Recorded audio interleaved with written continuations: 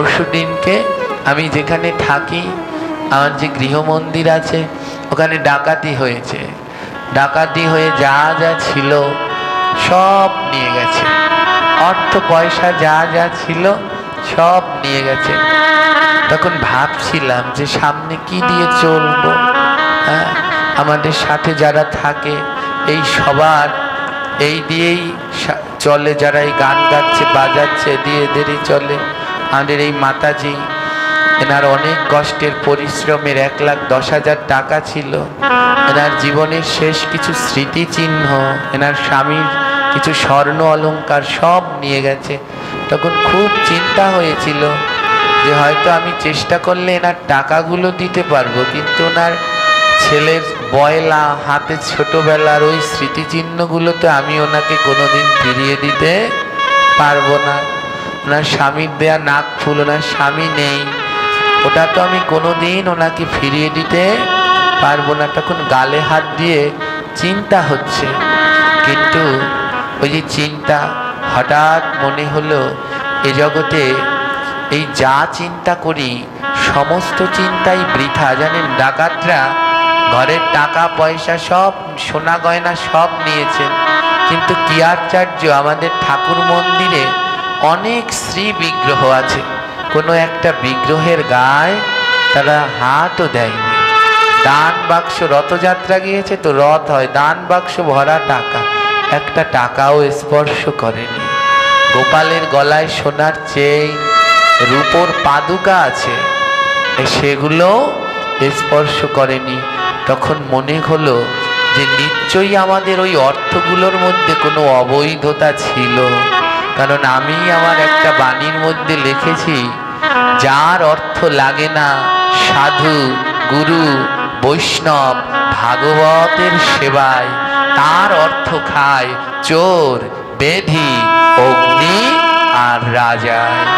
তাই মনে হলো নিশ্চয়ই ওই অর্থের মধ্যে কোনো পাপ ছিল, তার জন্যই ওই অর্থ গোবিন্দ সেবায় লাগলো না, চোরের সেবায় লেগে গেল। তাই যখন কারো অধিক চিন্তা হয় তখন সে গালে হাত দিয়ে ভাবে, গালে হাত দিয়ে ভাবে যে সবাই বলছে বাড়ি আসো বাড়ি আসো, তো অনেকক্ষণ ভেবে দেখলাম না, বাড়ি গিয়ে কি লাভ, আমি তার ওই টাকা পয়সা ধন ফিরে পাবো না। আজ এখানে পাট বন্ধ রাখতে হতো, বন্ধ করে আমায় চলে যেতে হতো। চিন্তা করে দেখলাম না, ওই ধন সম্পদ সামান্য সময়ের আনন্দ দেয়, কিন্তু এমন দুর্লভ সাধু সঙ্গ পাওয়া যায় না।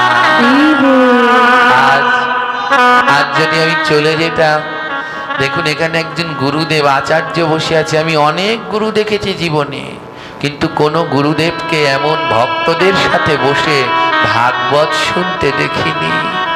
আজ ভক্তদের মাঝে বসেছেন হরিকথা শ্রবণ করবার জন্য। একটু আগে দেখলাম ইনি ভক্তের চরণ ধুলি মাথায় দিচ্ছে। অনেক গুরু দেখেছি যারা পা পেতে দেয় চরণ ধুলা নেয়ার জন্যে, আর ইনি চরণ ধুলো নিয়ে ওনার মাথায় দিচ্ছে। বাবার চরণে অনন্ত প্রণাম আমার।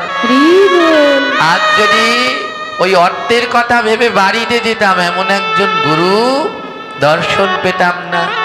এই বাবাকে এনাদের অনেক আগে থাকতে চিনি, এনারা বড় শুদ্ধ ভক্ত। গৌরের নাম শুনলে জানেন নয়নে জল ঝরে। এনারা এখানে আসবে আমি জানি না, আজ এনাদের দর্শন হয়েছে। আমার মহাপ্রভু বললেন, যাহারে দেখিয়া বদনে আইসে কৃষ্ণ নাম, তাহারে জানিও তুমি বৈষ্ণব প্রধান। এদের দর্শন করলেই বদন বলে উঠে রাধে রাধে গৌর গৌর। তাই এই সাধু সঙ্গ ছাড়া উদ্ধারের আর পথ নেই। জানেন, আমার ওই পদ্মনাভ নারায়ণ ভাবছেন, উনি ঘুমাচ্ছেন না, উনি গালে হাত দিয়ে চোখ বন্ধ করে ভাবছেন। কি ভাবছেন? আরে তোমরা যারা এমন দুর্লভ জন্ম পেয়ে হরিনাম করলে না, তোমরা যারা এমন দুর্লভ জন্ম পেয়ে সাধু সঙ্গ করলে না, আমার গোবিন্দ গালে হাত দিয়ে ভাবছে তোদের কোন গতি হবে। সত্য যুগে গোবিন্দকে পেতে হলে তপস্যা করতে হতো, বছরের পর বছর হাজার হাজার ওরে বাবা, দাদা এসেছে। লক্ষ লক্ষ বছর ধরে সত্যযুগে তপস্যা করতে হতো গোবিন্দকে পাওয়ার জন্য। সত্যযুগে লক্ষ লক্ষ বছর তপস্যা করা হতো। কলিযুগে তপস্যা লাগে না। ত্রেতা যুগে গোবিন্দকে পাওয়ার জন্য যজ্ঞ করতে হতো, অশ্বমেধ যজ্ঞ, কত বড় বড় যজ্ঞ। কলিযুগে যজ্ঞ লাগে না। দাপর যুগে গোবিন্দকে পাওয়ার জন্য পূজা অর্চনা করতে হতো, কলিযুগে লাগে না। কলিযুগে আমার গোবিন্দ নাম দিলেন সহজ, 16 নাম 32 অক্ষর। যে পড়াশুনো জানে সেও পারবে, যে পড়াশুনো জানে না সেও পারবে, যে 8 বছরের বালক সেও পারবে, আর যে 90 বছরের বৃদ্ধা সেও পারবে। হরে কৃষ্ণ কৃষ্ণ কৃষ্ণ হরে হরে, হরে রাম রাম রাম হরে হরে। আমার নারায়ণ গালে হাত দিয়ে চোখ বন্ধ করে ভাবছে, আহারে এত সহজ করে দিলাম, তাও তোমরা নাম করছো না, তাও তোমরা নাম করছো না। তাই যারা এখনো মালা জপ করেন না, সবার চরণে আমার আকুল নিবেদন, মা আপনারা সবাই জপ করুন। অনেক বাবারা জপ করছেন না, জপ করুন, সবাই জপ করুন। সবার যেন একটা জপমালা থাকে। একজন কৃষ্ণ ভক্তের সব থেকে মূল্যবান ধন হলো তার জপের মালা। মা, ধনী কোনো সময় তার সিন্দুকের চাবি হাতছাড়া করে না, করে কি? ধনীর অনেক টাকা থাকে, কিন্তু টাকাগুলো সিন্দুকে রাখে, আর সিন্দুকের চাবিটা নিজের কাছে রাখে। একজন ধনীর কাছে সব থেকে যেমন তার ওই ধন দামি, তাই সিন্দুকের চাবিটা নিজের কাছে রাখে। আর একজন কৃষ্ণ ভক্তের সব থেকে দামি ধন হলো জপের মালা। দেখবেন যিনি কৃষ্ণ ভক্ত, যেইখানে যায় গলায় তার জপের মালাটা থাকেন, জপের মালাটা হাতছাড়া করে না। তাই যাই সবার যেন একটা করে জপের মালা থাকে, আর প্রত্যেক ঘরে ঘরে যেন আমার মহাপ্রভুর নাম জপ হয়। হরি বল।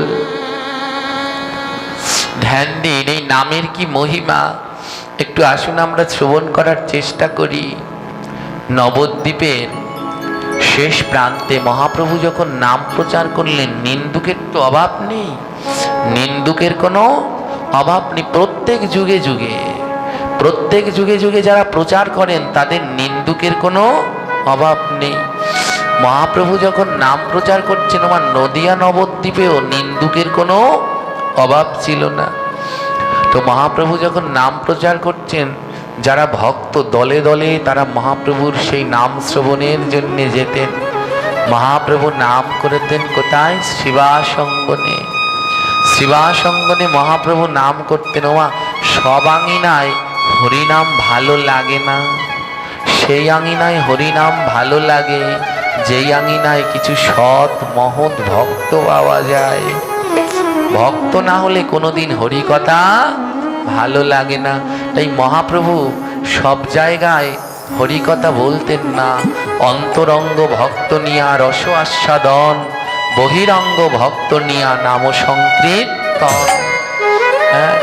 তাই যেদিন অন্তরঙ্গ ভক্ত পেতেন সেদিন রস আস্বাদন মধুর অমৃত কথা বলতেন, আর যেদিন বহিরঙ্গ ভক্ত হতো সেদিন নাম করতেন। তো নাম তো কলিজীবের উদ্ধারের পথ। দলে দলে ওই শিবাসঙ্গনে সবাই নাম শ্রবণ করতে যেত, সবাই যেত। কিন্তু কিছু আছেন যারা যেতেন না, যারা নাম পছন্দ করেন না।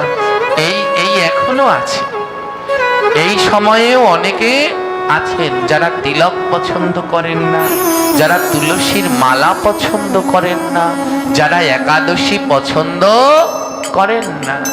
আছেন, এমন অনেক আছে, আপনারা দেখেওছেন।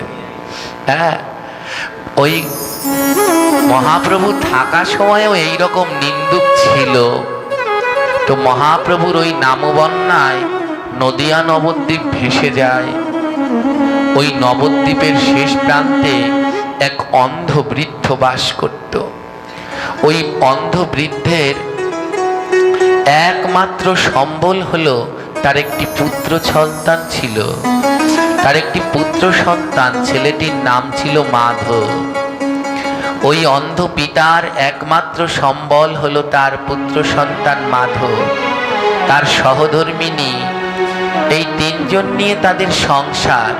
তার সহধর্মিণী কোনো রকমে অন্যের কাছে যেচে চেয়ে যা পায় তাই দিয়ে তাদের কোনো রকমে সংসার চলে। বৃদ্ধ অন্ধ পিতা ঘরের মধ্যে বসে থাকেন, সময় কাটে না। রাস্তায় দাঁড়িয়ে ওই ভক্তদের মুখে শ্রবণ করে। একদিন কেউ একজন ওই বৃদ্ধ অন্ধকে বলল, হ্যাঁ গো বাবা, সারাদিন এমন ঘরের মধ্যে বসে থাকো? হ্যাঁ। ওনার সহধর্মিণী নিস্তারিণী, ওনার সহধর্মিণীর নাম নিস্তারিণী, আর ছেলেটার নাম হলো মাধব। একদিন ওই বৃদ্ধকে, ওই অন্ধকে বলছে, তুমি তো অন্ধ মানুষ, সারাদিন এমন ঘরের মধ্যে বসে থাকো, একটু সাধু সঙ্গে যেতে পারো না? একটু সাধু সঙ্গে যেতে পারো না? জানো, প্রতিদিন শ্রীবাসাঙ্গিনায় আমার মহাপ্রভু নাম করেন। অন্ধকে বলছেন, ও অন্ধ, তুমি একদিন যেও, আমার মহাপ্রভুর নাম শ্রবণ করতে যেও। জানো, আমার মহাপ্রভুর মুখে নাম শ্রবণ করে কত অন্ধ নয়নের আলো পেল, কত ভঞ্জ, কত পঙ্গু তার পা ভালো হয়ে গেল, কত খঞ্জ তাদের হাত ভালো হয়ে গেল, কত বোবার মুখ খুলে গেল। তুমি একটু যেও না? ওই শিবাসঙ্গনে আমার মহাপ্রভু প্রতিদিন নাম গায়, একটু নাম শ্রবণ করতে যেও না? কথাটা বড় অন্তরে লাগলো। পরের দিন ছোট্ট ছেলে মাধবকে ডেকে বলছে, মাধব, ও বাবা, আমার মনের একটা ইচ্ছা আছে, পূর্ণ করবি? মাধব বলে, কি ইচ্ছা বাবা? অন্ধ বলছে, বাবা রে, আমার একটু শিবাসাঙ্গিনায় নিয়ে যাবি? ওখানে নাকি কলির ভগবান মহাপ্রভু নিজে নাম গায়, সেই নাম শ্রবণ করে নাকি বাঘ হরিণও নৃত্য করে। আমাকে একটু নিয়ে যাবি? আমি তো অন্ধ, দেখতে পাই না, আমাকে একটু নিয়ে যাবি? ছোট্ট মাধব বললেন, কেন নিয়ে যাব না বাবা, আমি তোমাকে শিবাসাঙ্গিনায় নিয়ে যাব। মাধবের হাত ধরে রওনা দিলেন অন্ধ। আর নিস্তারিণী ডাকছেন, ওনার স্ত্রী ডাকছেন, যেও না, যেও না, আমি ব্রাহ্মণদের মুখে শুনেছি ওই কৃষ্ণ নাম নাকি যারা করে তাদের নাকি সব শেষ হয়ে যায়, ওদের নাকি কিচ্ছু থাকে না। ওই কৃষ্ণ নাম নাকি বড় সর্বনাশা। ওই সাধু সঙ্গে যায়, যারা যায় তারা নাকি সব হারিয়ে ফেলে। যেও না, যেও না।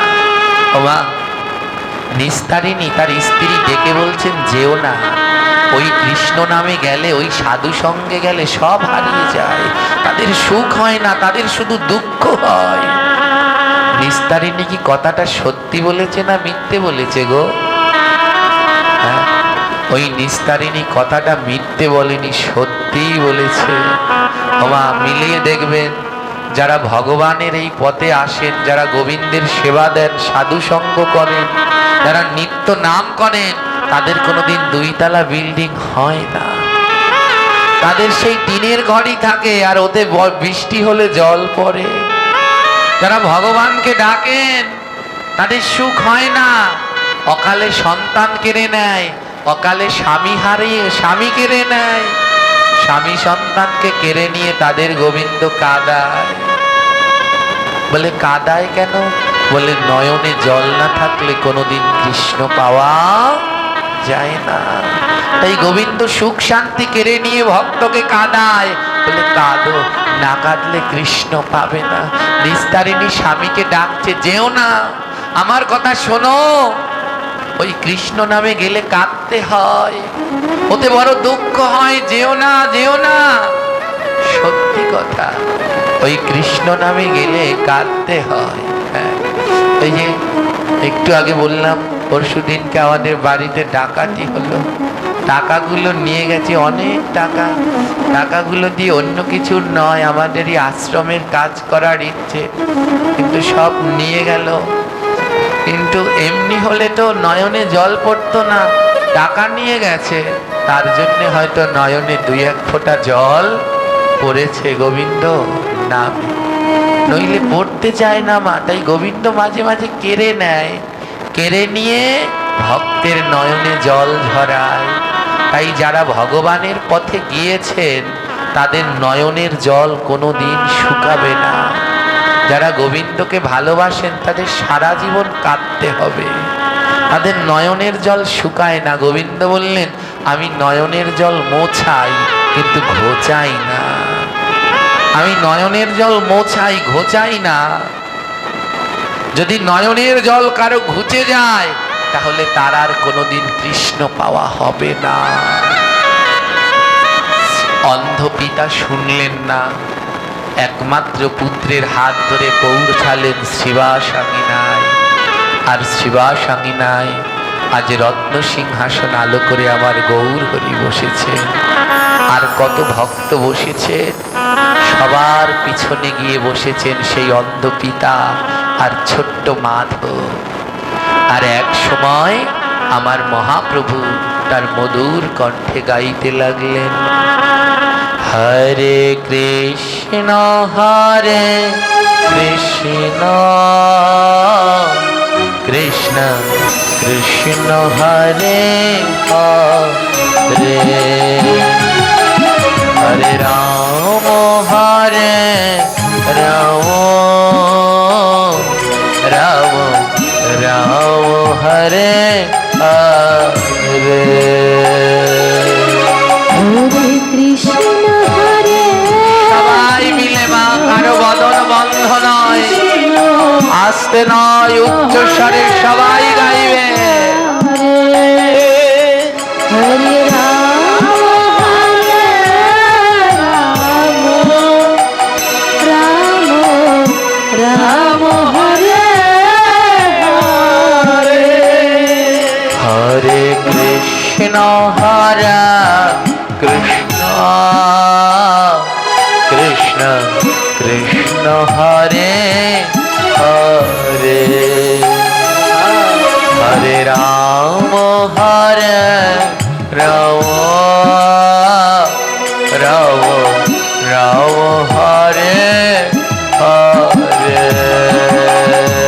হরে কৃষ্ণ হরে কৃষ্ণ কৃষ্ণ রাধে রাধে, হরে হরে রাম হরে রাম রাম রাম হরে হরে, হরে কৃষ্ণ কৃষ্ণ কৃষ্ণ হরে হরে, হরে রাম হরে রাম রাম হরে হরে, হরে কৃষ্ণ বলো না সবাই বলো, কৃষ্ণ কৃষ্ণ হরে হরে, হরে রাম রাম রাম হরে হরে। বৃদ্ধ পিতা তার সন্তানকে নিয়ে সেই মহাপ্রভুর কণ্ঠে ভুবন মঙ্গল মধুময় হরিনাম শ্রবণ করছে। আহা, সে নাম কি অমৃতময়, সে নাম কি মধুময়। ওই নাম শুনে মহাপাপীও নয়ন জলে ভাসছে, কাঁদছে, সবার নয়নে জল। ছোট্ট মাধব অন্ধ পিতাকে বললেন, পিতা ও বাবা, ওই নাম করছে সবাই কিন্তু কাঁদছে কেন সবাই, সবার নয়নে জল কেন? অন্ধ পিতা বললেন, মাধব, কৃষ্ণ নামে তখনই কাজ হয়। ও মা, আপনি গোবিন্দকে ভোগ লাগাচ্ছেন, প্রতিদিন ভোগ দিচ্ছেন, কি করে বুঝবেন আপনার ভোগ গোবিন্দ গ্রহণ করেছে? সেই দিন বুঝবেন যেদিন ভোগ মন্দিরে গিয়ে গোবিন্দের ভোগ লাগাতে গিয়ে দেখবেন দুনয়নে জল ঝরছে, সেদিন বুঝবেন আপনার ভোগ গোবিন্দ গ্রহণ করেছে। হরি বল। আপনি ভাগবত পাঠে গেলেন, সাধু সঙ্গে গেলেন, কি করে বুঝবেন আপনার সাধু সঙ্গ আজ প্রভু গ্রহণ করলো? বলে যেদিন সাধু সঙ্গে গিয়ে দেখবেন নয়নে জল আর আটকে রাখতে পারছেন না, তাহলে বুঝবেন আপনার সাধু সঙ্গ প্রভু গ্রহণ করেছে। হরি বল। আপনি নাম করছেন, কি করে বুঝবেন আপনার নাম প্রভু গ্রহণ করলো? বলে যেদিন নাম করতে গিয়ে দেখবেন দুই নয়নে জল ঝরতো, সেদিন বুঝবেন আপনার নাম প্রভু গ্রহণ করেছে। হরি বল। ছোট্ট মাধব জিজ্ঞেস করছে, বাবা, ও বাবা, তুমি তো দেখতে পাচ্ছ না? জানো বাবা, এখানে যারা বসেছে সবার নয়নে জল। জানো বাবা, সবাই কাঁদছে। ওরা এমন করে কাঁদছে কেন বাবা? বৃদ্ধ পিতা বললেন, মাধব, নয়নে জল না থাকলে কৃষ্ণ পাওয়া যায় না। ওরা তো সবাই কৃষ্ণ ভক্ত, তাই ওদের হরি নামে জল ঝরছে। হরে কৃষ্ণ হরে কৃষ্ণ কৃষ্ণ কৃষ্ণ হরে হরে হরে রাম হরে রাম রাম রাম হরে হরে। হরে কৃষ্ণ হরে কৃষ্ণ। বলো না, সবাই বলো। হরে হরে রাম হরে রাম রাম রাম হরে হরে। মা, আমার গোবিন্দ সবার কাছে ধরা দেয় না। আমার গোবিন্দ তার কাছে ধরা দেয়। বলে কার কাছে? কৃষ্ণ নামে ঝরে যার দুই নয়নে ধারা, তার কাছেই প্রাণ গোবিন্দ দেয় আমার ধরা। সবার কাছে ধরা দেয় না।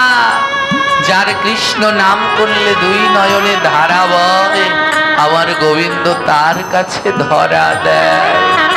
ছোট্ট মাধব বলছে, বাবা, ও বাবা, সবার নয়নে জল, কিন্তু আমার নয়নে কেন জল ঝরছে না?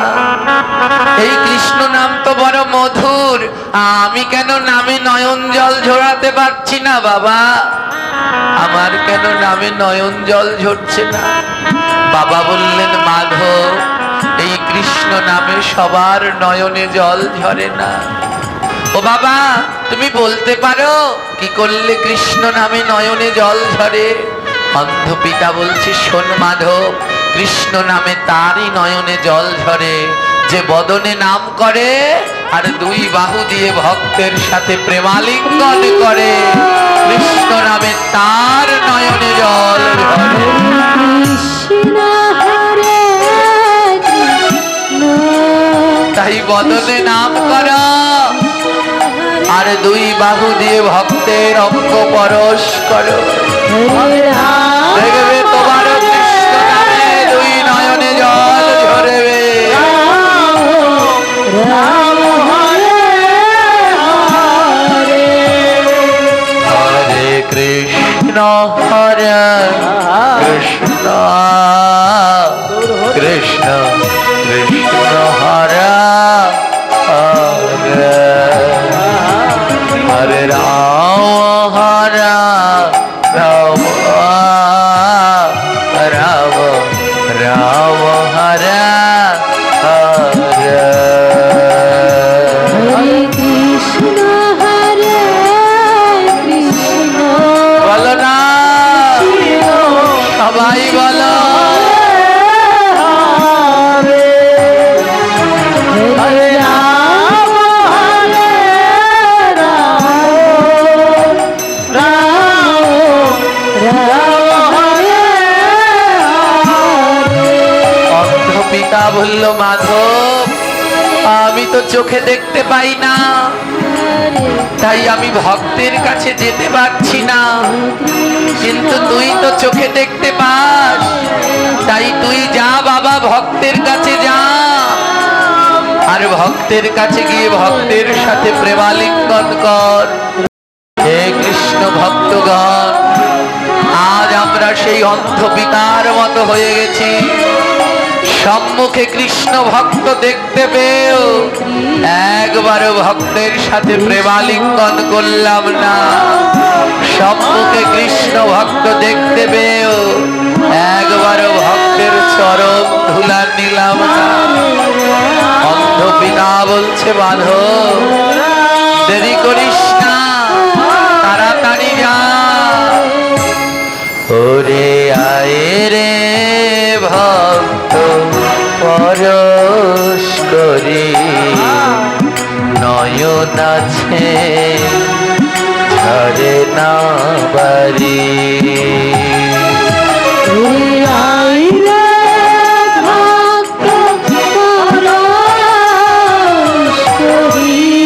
রাধে রাধে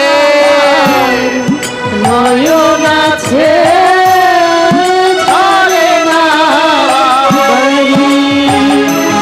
ওরে আয় রে ভক্ত পরশ করি, আমার নয়ন আছে ঝরে না বাড়ি। আয় না ভক্ত, একবার আমার বুকের মাঝে আয়। আমার দুটি নয়ন আছে, কিন্তু সেই নয়নে কৃষ্ণ নামে জল ধরে না। আমি জ্বালায় জ্বালায় জ্বলে মরি। আমি জ্বালায় জ্বালায় জ্বলে মরি। তোরা আয় রে ভক্ত পরশ করি,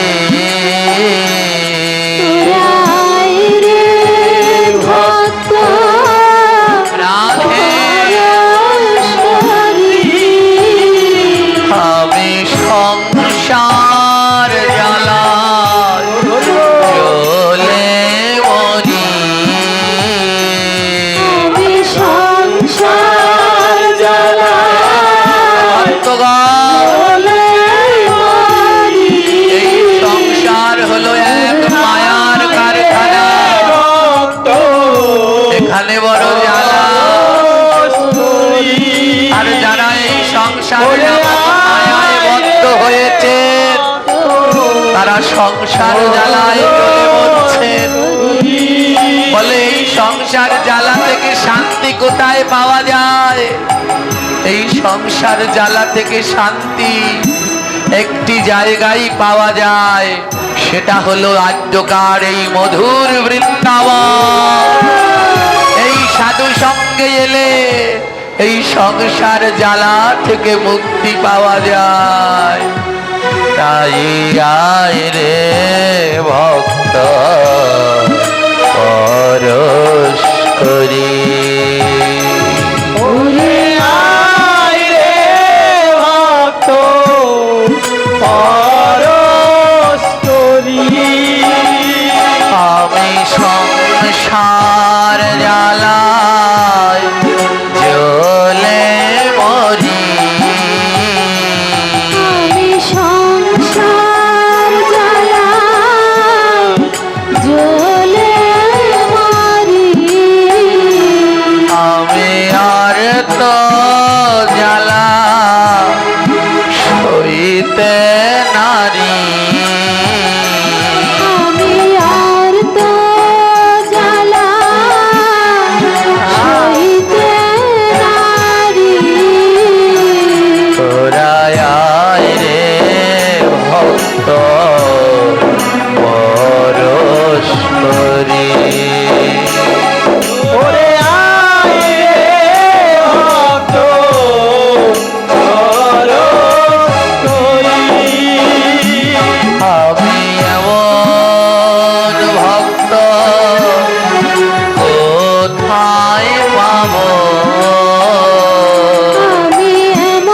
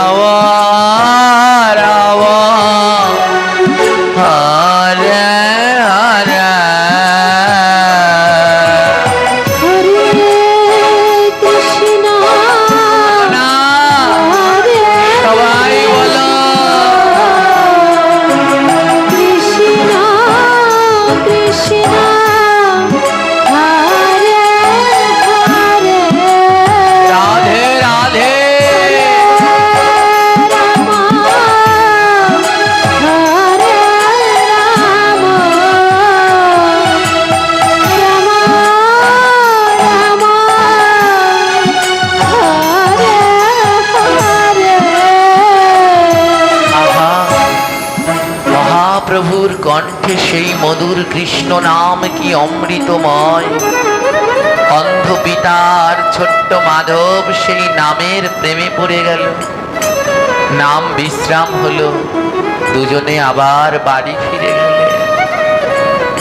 পরের দিন আবার যখন বিকেল হয়ে গেছে, অন্ধ পিতা ডেকে বলছে, মাধব যাবি না? আজকে সাধু সঙ্গে যাবি না? ওমা, ভক্তদের নেশা করতে নেই, ভক্তদের কোনো সময় নেশা করতে নেই, ভক্তদের কোনো সময় পান সিগারেট বিড়ি চা খেতে নেই, ভক্তদের নেশা করতে নেই। কিন্তু গ্রহণ তো বললেন না, না, কথাটা ভুল। ভক্তদের নেশা করতে আছে, ভক্তদের অবশ্যই নেশা করতে হবে।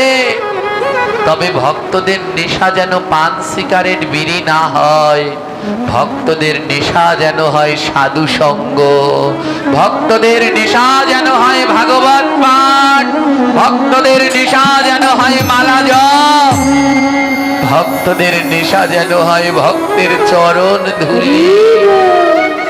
নেশায় যারা নেশা করে, যখন নেশায় ধরে, নেশা ধরলে যেমন তারা থাকতে পারে না, বলে ভক্তদের যেন এমনি ভাগবতের নেশা হয়। যেখানে ভাগবত পাঠ হয় যেন নেশার মতো ভক্তরা সেখানে ছুটে যায়। যাবি না মাধব? ছোট্ট মাধব বলছে, আবার তুমি কি বলছো বাবা? যাব না মানে?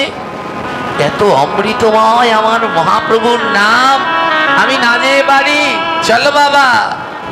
আবার পিতার হাত ধরে মাধব ওই নামে যায়।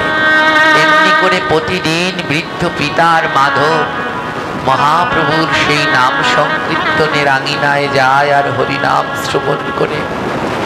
দেখতে দেখতে বর্ষাকাল চলে আসলো। মা, ওরা খুব গরিব, এত গরিব ওদের ঘরে বেড়া নেই, একটা ছাতাও নেই। আজ বর্ষা এসে গেছে, ঠিক একটু আগে যেমন নামের আগে বর্ষা শুরু হয়ে গেল, আজ বর্ষা চলে এসেছে। মাধব জিজ্ঞেস করছে, বাবা জিজ্ঞেস করছে, মাধব আজ যাবি না নামে? আজ সাধু সঙ্গে যাবি না? দেখ আজ দুর্যোগ, আজ বাইরে বড় দুর্যোগ, বৃষ্টি হচ্ছে। ছোট্ট মাধব বলছে, ও বাবা তুমি ভুলে গেছো আমার মহাপ্রভু কি বলেছে? দুর্দিন সেই দিন যেদিন সাধু সঙ্গবিহীন।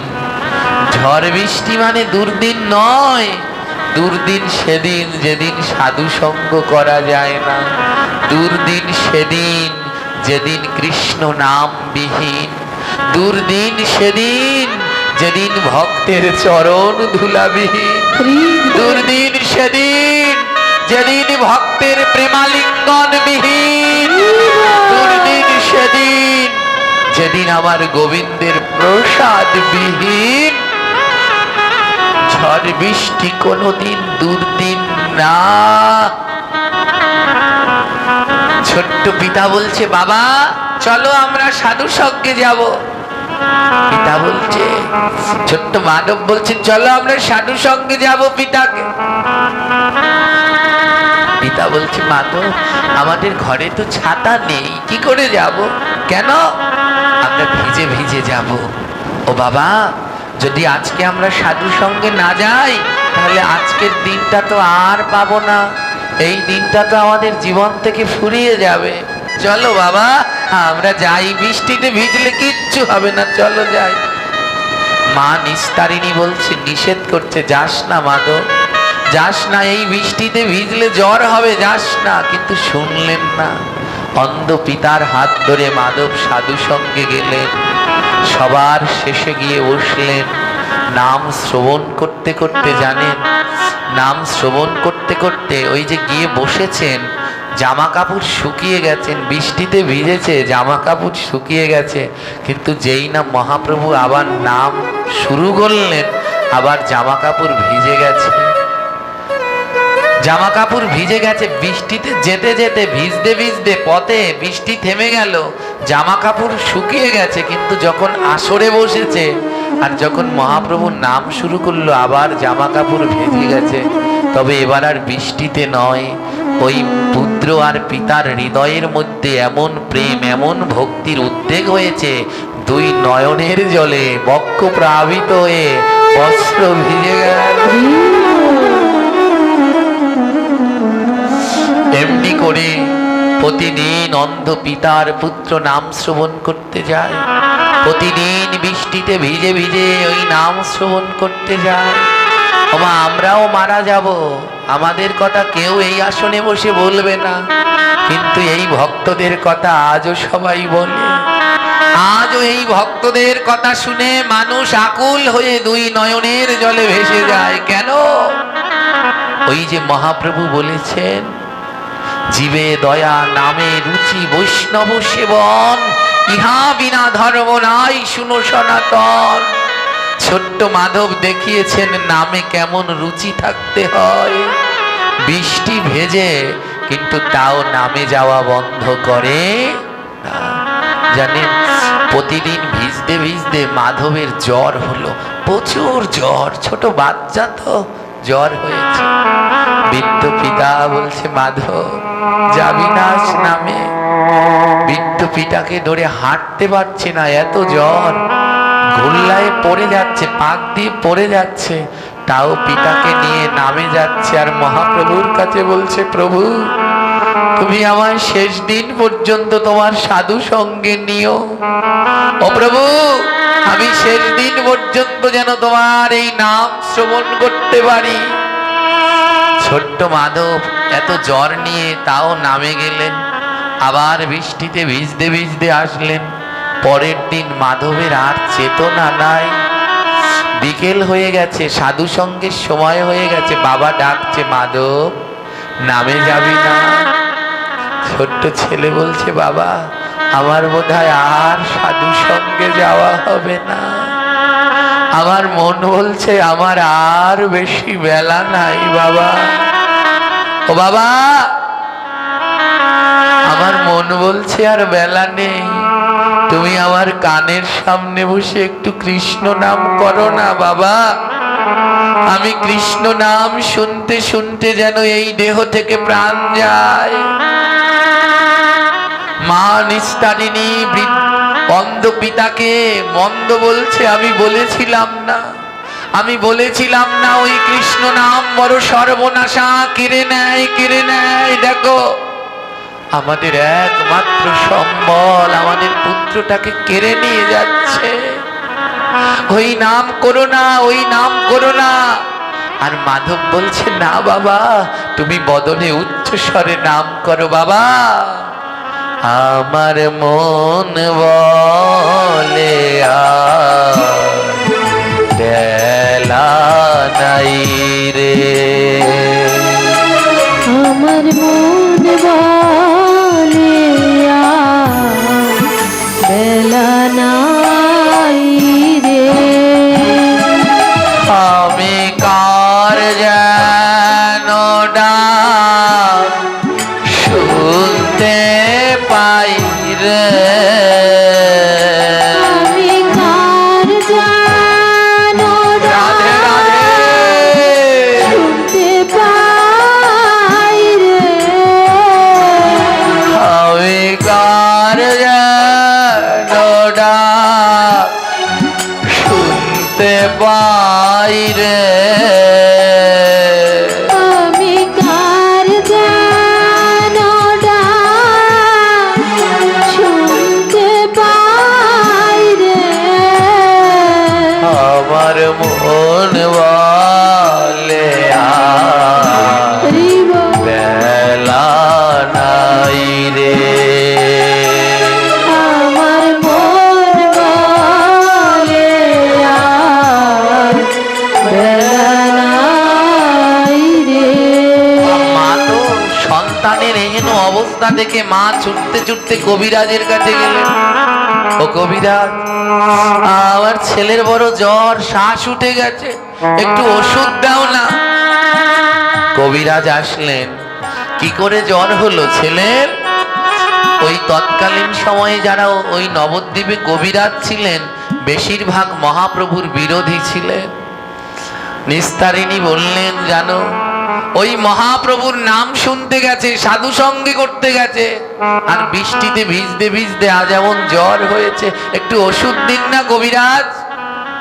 কবিরাজ পরীক্ষা করে বললেন, দেখো যারা ওই গৌরের দলে যায় আমরা তাদের এমনিতেই ওষুধ দেই না, কিন্তু তোমার ছেলের আমি পরীক্ষা করে দেখলাম ও আর বাঁচবে না, ওষুধ দিলেও আর কোনো কাজ হবে না।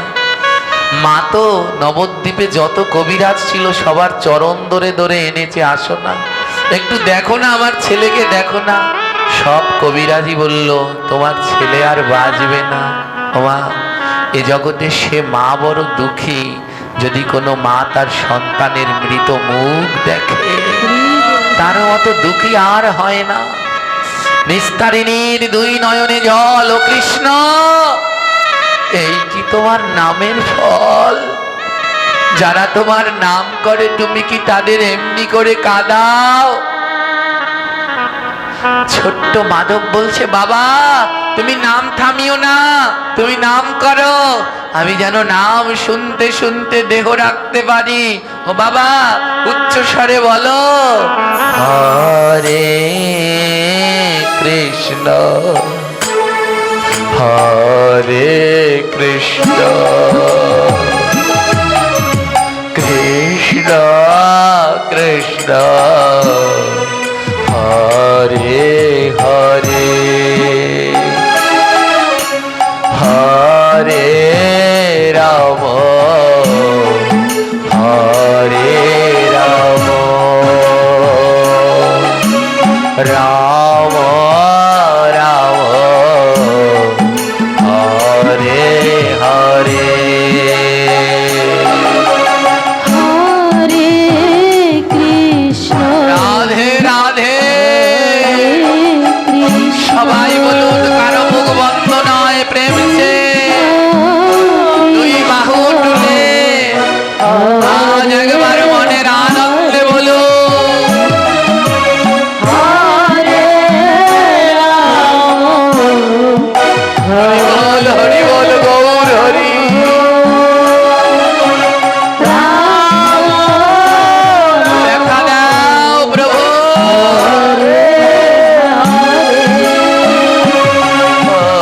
হরে কৃষ্ণ হরে কৃষ্ণ কৃষ্ণ কৃষ্ণ হরে হরে হরে রাম হরে রাম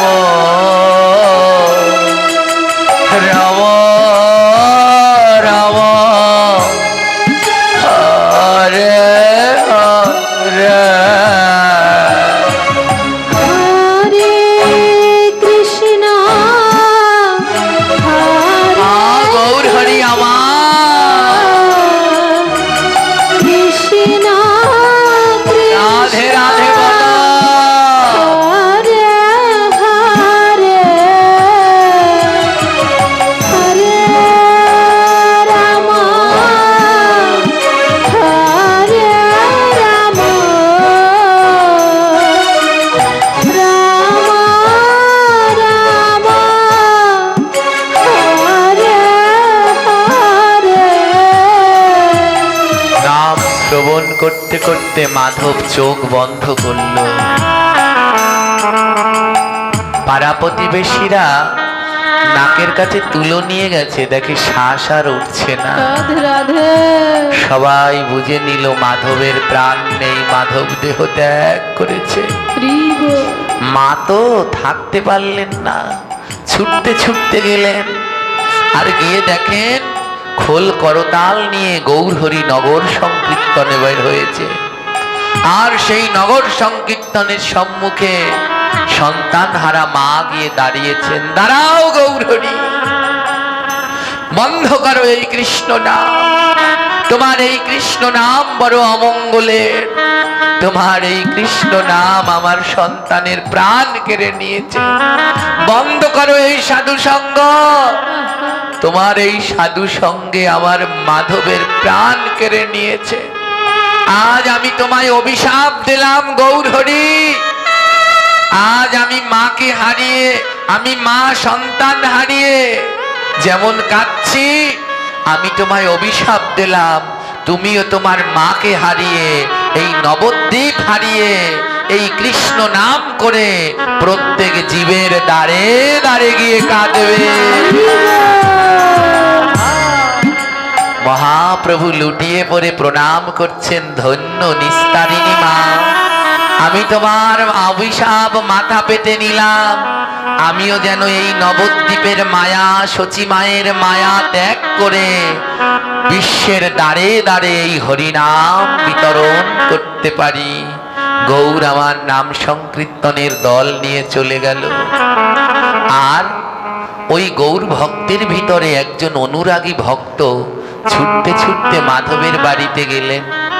আর মাধবের মা মাধবকে কোলে নিয়ে বসে আছেন, শ্বাস উঠছে না, শ্বাস নেই।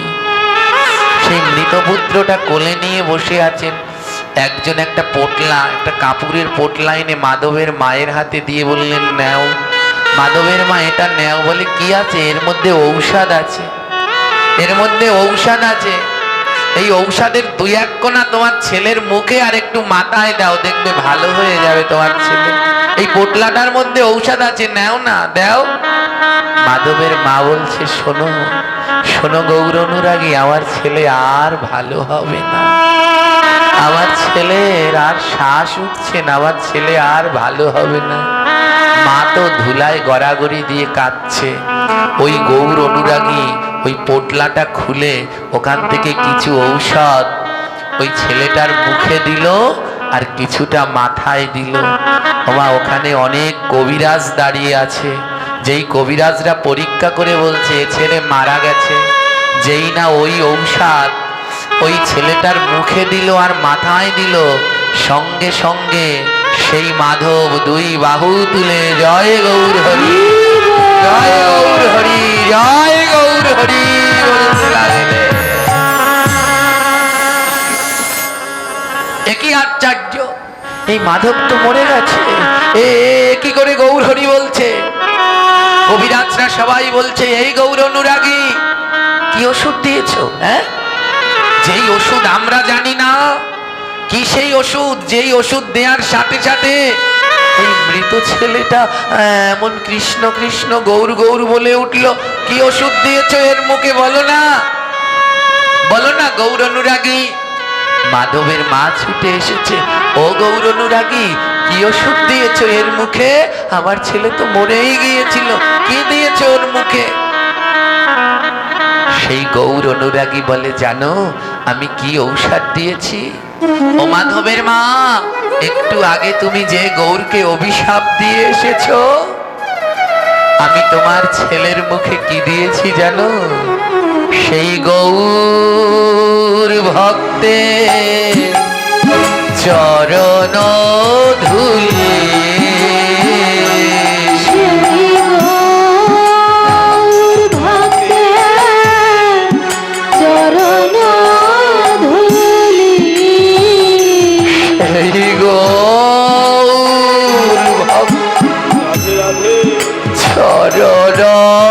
ধুলি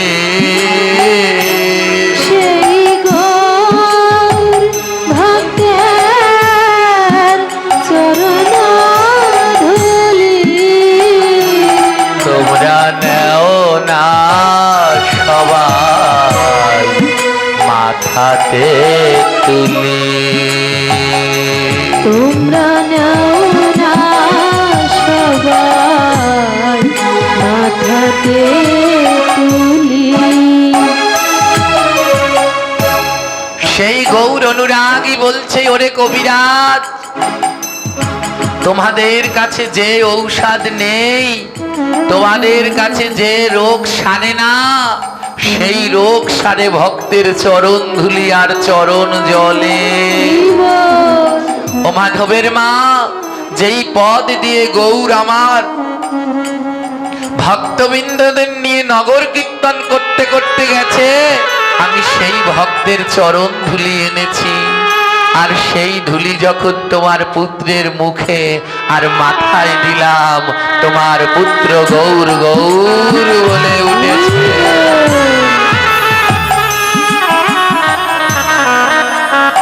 আমার মহাপ্রভু কেড়ে নেয় না মা, ফিরিয়ে দেয়, কিন্তু মাঝে মাঝে পরীক্ষা নেয়, আর আমরা পরীক্ষা দিতে পারি না। একটা বাবা সারাদিন লোকের বাড়ি খেটে কাজ করে, কাজ করার পরে সেই টাকা দিয়ে বাজার করে, বাজার করে যদি 5টা টাকা থাকে, মনে পড়ে ছোটবেলার কথা, ওই 5 টাকা দিয়ে বাবা এক প্যাকেট বিস্কুট কিনে আনে, আর কিনে এনে ছেলের হাতে দেয়, দেয় না? দিয়ে ছেলেকে পরীক্ষা করার জন্য বলে আমাকে একটু বিস্কুট দেবে। যেই ছেলে বাবাকে ভালোবাসে সেই ছেলে বিস্কুটটা দিয়ে দেয়, যেই ছেলে বাবাকে কম ভালোবাসে সে একটু ভেঙে দেয়, আর যেই ছেলে বাবাকে ভালোবাসে না সে মোটেও বিস্কুট দেয় না। এই পিতা অন্য কেউ নয়, এই পিতা আমার গোবিন্দ। এই বিশ্ব ব্রহ্মাণ্ডের সব তিনি আমাদের দিয়েছেন। মাঝে মাঝে কেড়ে নিয়ে পরীক্ষা করে, দেখে আমার সন্তানরা আমায় দেয় কিনা, কিন্তু আমরা দিতে জানি না।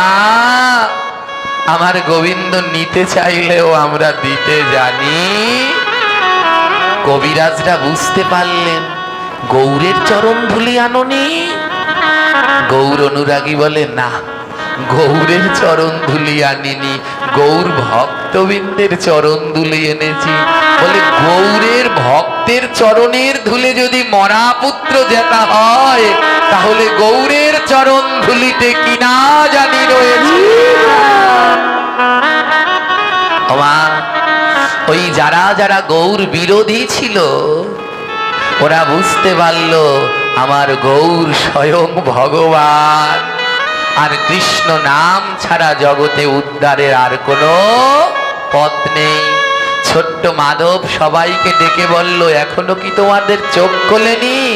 যদি তোমাদের চোখ খোলে তাহলে চলো আমার সাথে, আর বলো গোরা গোরা গোরা গোরা গৌরাঙ্গ হে, গোরা গোরা গোরা গৌরাঙ্গ হে, গোরা গোরা গোরা গোরা গৌরাঙ্গ হে, গোরা গোরা গৌরাঙ্গ হে, গোরা গোরা গোরা গোরা গৌরাঙ্গ হে, গোরা গোরা গোরা গৌরাঙ্গ হে, আমার শয়নে স্বপনে গোরা গৌরাঙ্গ হে, শয়নে স্বপনে গোরা গৌরাঙ্গ হে, সবাই বলবেন আমার শয়নে স্বপনে গোরা গৌরাঙ্গ হে, শয়নে স্বপনে গোরা গৌরাঙ্গ হে, গোরা গোরা গোরা গৌরাঙ্গ হে, উলুধ্বনি জয়ধ্বনি,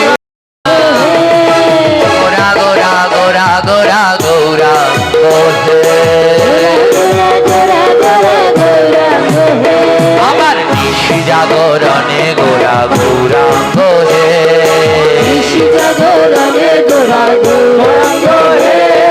গোরা গোরা গোরা গোরা গৌরাঙ্গ হে, আমার জীবনে মরণে গোরা গৌরাঙ্গ হে, গোরা গোরা গোরা গোরা গৌরাঙ্গ হে, গোরা গোরা গোরা গোরা গৌরাঙ্গ হে, আমি গৌর বিনা আর জানি না গৌরাঙ্গ হে,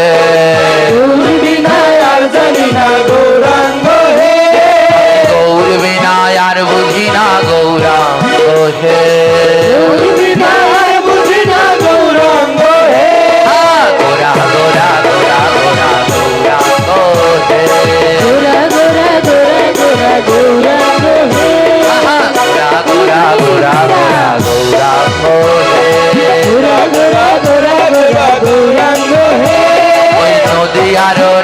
রাজপথে গৌরাঙ্গ হে নদিয়া রাজপথে গৌরাঙ্গ হে নিত্যানন্দের প্রাণের ভাইয়া গৌরাঙ্গ হে নিত্যানন্দের প্রাণের ভাইয়া গৌরাঙ্গ হে গোরা গোরা গোরা গৌরাঙ্গ হে গোরা গোরা গোরা গৌরাঙ্গ হে গোরা গোরা গোরা গোরা গৌরাঙ্গ হে গোরা গোরা গোরা গৌরাঙ্গ হে আমার কলিযুগের বন্ধু গোরা গৌরাঙ্গ হে কলিযুগের বন্ধু গোরা গৌরাঙ্গ হে আমার কলিযুগের বন্ধু গোরা গৌরাঙ্গ হে কলিযুগের বন্ধু গোরা গৌরাঙ্গ হে আমি গৌর বিনায় আর বুঝি না গৌরাঙ্গ হে গৌর বিনায় আর বুঝি না গৌরাঙ্গ হে আমি গৌর বিনায় আর জানি না গৌরাঙ্গ হে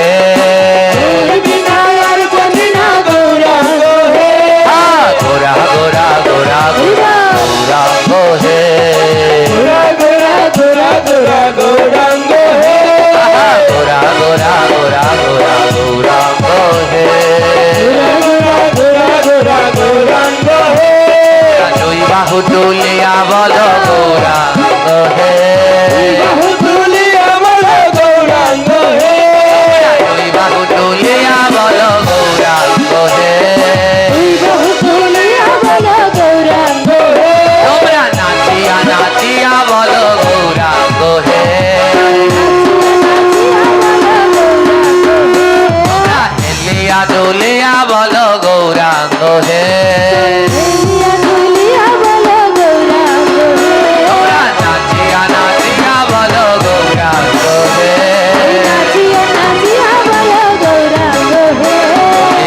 নাচতে হবে এবার গৌর নামে তোমাদের নাচতে হবে আহা গৌর নামে তোমাদের নাচতে হবে